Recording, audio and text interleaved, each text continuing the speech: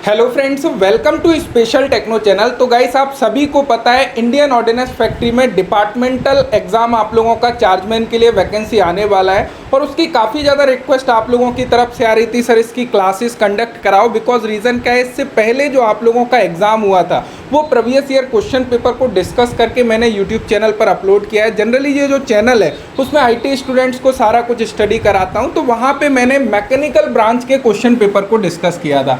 हालांकि इस बार FASP वगैरह बाकी के जो सब्जेक्ट हैं वो नीलामणि सर बाकायदा आप लोगों की क्लासेस जो है सारा कुछ कंडक्ट कराने वाले हैं। लेकिन आज की वीडियो का पर्पस क्या है, क्योंकि सबसे इम्पॉर्टेंट वीडियो आज की होने वाली है आप लोगों के लिए। और बहुत सारे स्टूडेंट्स हैं मेरे जो इंडियन ऑर्डिनेंस फैक्ट्री में पिछली वैकेंसी में सिलेक्ट हुए हैं, तो डेफिनेटली उनके लिए अपॉर्चुनिटी है। यदि डिप्लोमा किया है तो वो लोग काफ़ी कनेक्टेड हैं और काफ़ी आप लोगों ने रिक्वेस्ट की। तो सबसे पहले हम स्ट्रक्चर समझ लेते हैं एक्चुअल में क्या क्या आप लोगों के क्वेश्चन पेपर होने वाले हैं, क्या सिलेबस होगा, किस तरीके से आप लोगों को प्रिपरेशन करना है। तो सारी चीज़ FASP के लिए बहुत अच्छी तरीके से गाइड करेंगे नीलामणि सर, क्योंकि अभी फ़िलहाल ही LDC के एग्ज़ाम से पिछले रिक्रूटमेंट में चार्जमैन बने हैं, तो बहुत बेहतर तरीके से आप लोगों को गाइड कर पाएंगे। और इससे पहले डिप्लोमा की क्लासेस स्पेशल टेक्नो चैनल पर ये ले चुके हैं, तो मैं इनको लेके आया हूँ ताकि और बेहतर तरीके से आपको गाइडेंस मिल सके।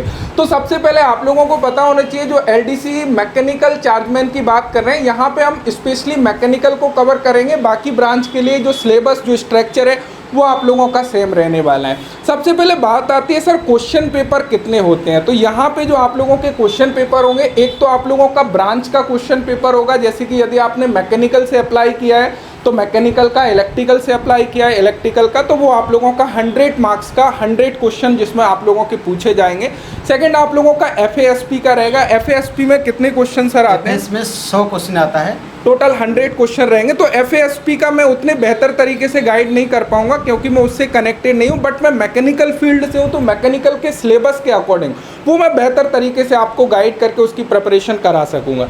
सेकंड आप लोगों का जो नेक्स्ट रहता है वो GK के क्वेश्चन आते हैं। GK के 50 मार्क का आता है। 50 क्वेश्चन GK के आप लोगों के रहने वाले हैं। अब देखो यहाँ पे हम लोग मैकेनिकल को थोड़ा सा समझ लेते हैं कि क्या कुछ जो है आप लोगों के क्वेश्चन पूछे जाते हैं। और यहाँ पे देखो स्पेशली क्या है, ये जो सिलेबस है इसमें आप लोगों के स्ट्रक्चर काम का है कि भाई कितने क्वेश्चन आने हैं, कहाँ से। बाकी जो सिलेबस ऑफिशियली दिया गया है वहाँ से जनरली वो लोग क्वेश्चन नहीं बनाते हैं, वो किसी ब्लॉग वेबसाइट से, जैसे कि पिछली बार का क्वेश्चन पेपर यदि आप लोगों ने देखा हो, sunfoundry.com एक वेबसाइट है, वहाँ से पूरे क्वेश्चन को पिक कर लिया गया था। तो डेफिनेटली यहाँ पे क्या है, अभी जो आई थिंक मुझे लग रहा है क्वेश्चन पेपर को जो बनाने के दिया है वो किसी प्राइवेट कंपनी को। हाँ, तो वो चीज़ क्या है, वो लोग क्या करते हैं, इतना एफर्ट नहीं डालते हैं, डायरेक्टली ब्लॉग वेबसाइट से क्वेश्चन को पिक करेंगे। तो जब आप लोग प्रिपरेशन कर रहे हो तो इन चीज़ों को विशेष ध्यान में रखना है कि वो चीज़ें अपने को साथ में लेके चलनी है। तो डेफिनेटली वो नीलामणि सर आपको मैकेनिकल के क्वेश्चन भी, एग्जाम वेदा है, सन फाउंड्री है, उसके जो MCQ क्वेश्चन है वो चैनल पर आप लोगों को मिलते रहेंगे,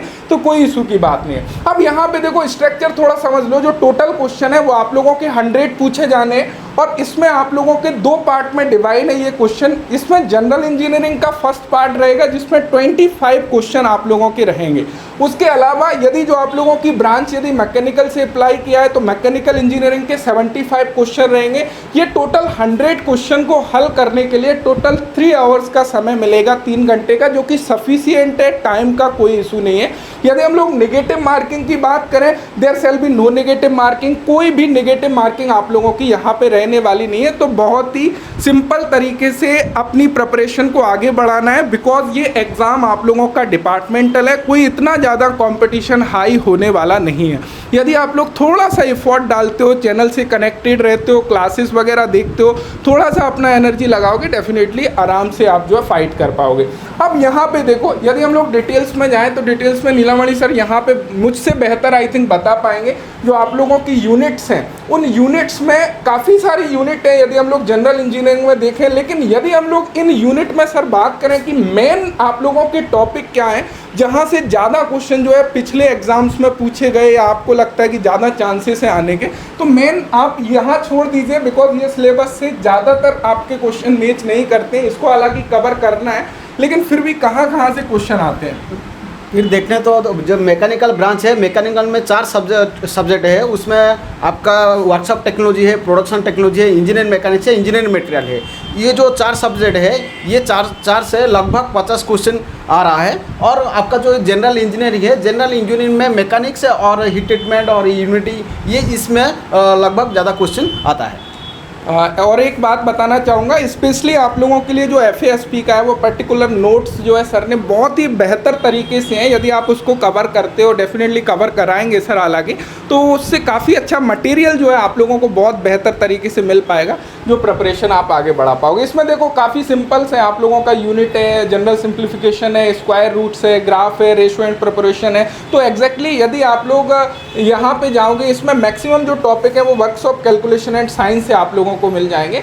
मेंसुरेशन है, टिग्नोमेट्री है, मेटल्स एंड हीट ट्रीटमेंट, ये दोनों जगह आप लोगों के काम आएंगे। यानी कि जनरल इंजीनियरिंग में तो ये है ही है, उसके अलावा यदि मैकेनिकल इंजीनियरिंग में जाओगे वहाँ पर भी ये टॉपिक आप लोगों को मिल जाएंगे और यहाँ से काफ़ी अच्छा वेटेज आप लोगों को मिलता है। जैसे कि पिछले क्वेश्चन पेपर को यदि उठाओगे, मेटल की फिजिकल मैकेनिकल प्रॉपर्टीज से रिलेटेड या फिर हीट ट्रीटमेंट की प्रोसेस से रिलेटेड काफ़ी क्वेश्चन आप लोगों के इंक्लूड किए थे। तो डेफिनेटली ये जो 2 टॉपिक हैं वो बहुत ज़्यादा खास बन जाते हैं, इनको आप लोगों को बहुत बेसिक तरीके से जो है कवर कराना पड़ेगा। उसके अलावा हीट ट्रीटमेंट ये हो गया आप लोगों का, density and relative density, force है, तो इसके बारे में भी आप लोगों को कवर कराना पड़ेगा।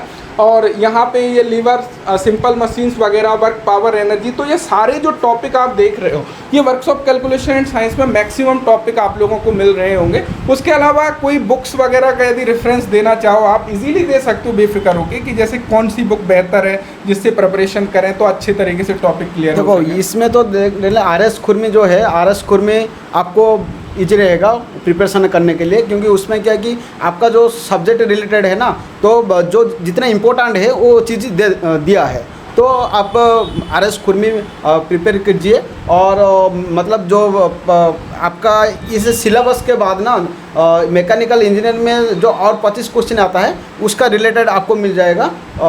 और ये जो 50 मार्क का आता है ना, आप ITI और डिप्लोमा का RS खुरमी दोनों और वेबसाइट जो है वो आप देख के आराम से आपको बिल्कुल। तो यहाँ पे वही चीज़ है। और ये जो टॉपिक है, यदि जो हिंदी मीडियम वाले स्टूडेंट्स हैं जिनको इंग्लिश वीक है, RS खुरमी वगैरह, तो ये जो जनरली टॉपिक आपको ITI की बुक्स जो वर्कशॉप कैलकुलेशन एंड साइंस है वहाँ पे भी ये मिल रहे होंगे, बट वहाँ पे उतना डिटेल्स नहीं मिलेगा, बट आपको टॉपिक कवर करना है। नेक्स्ट यदि हम आए कहाँ पे, मैकेनिकल इंजीनियरिंग में यदि आए हम लोग, यहाँ पे जो आप लोगों का मैकेनिकल इंजीनियरिंग जो 75 क्वेश्चन आने हैं उसमें भी कुछ सिमिलर टॉपिक हैं। जैसे कि आपने देखा कि जनरल इंजीनियरिंग में मेटल हीट ट्रीटमेंट तो है ही है, यहाँ पे भी वो टॉपिक आपको मिल जाएंगे जो 75 क्वेश्चन आने हैं।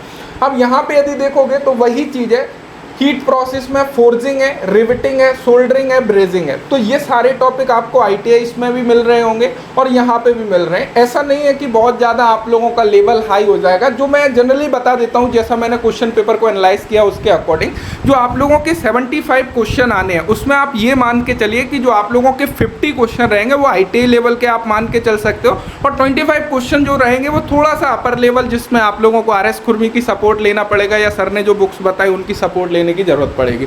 और बाकी कोशिश करो कि आप जो मेन वेबसाइट्स हैं जिसमें कि सन फाउंड्री है, एग्जाम वेदा है, इनमें जो मल्टीपल चॉइसेस क्वेश्चन दिए हैं, यदि आप उनको जब फ्री होते हो, जैसे कि टॉपिक क्लियर तो कर ही रहे हो, तो उनको यदि आप अटेम्प्ट करते हो, वहाँ पे काफ़ी सारे quizzes free of cost available हैं, तो उनको आप प्रैक्टिस करोगे तो डेफिनेटली बहुत ज़्यादा हेल्प होगी। अब गाइस ये जो वीडियो है इसमें मेन हम लोगों ने स्ट्रक्चर को समझने की कोशिश करी कि एग्जैक्टली जो आप लोगों का डिपार्टमेंटल एग्जाम होने वाला है उसमें क्या स्ट्रक्चर रहने वाला है। ये जो ब्रांच का सारा कुछ मैकेनिकल का क्लियर किया, उसके अलावा FASP भी बहुत इंपॉर्टेंट बन जाती है आप लोगों के लिए, जितना ब्रांच इंपॉर्टेंट है।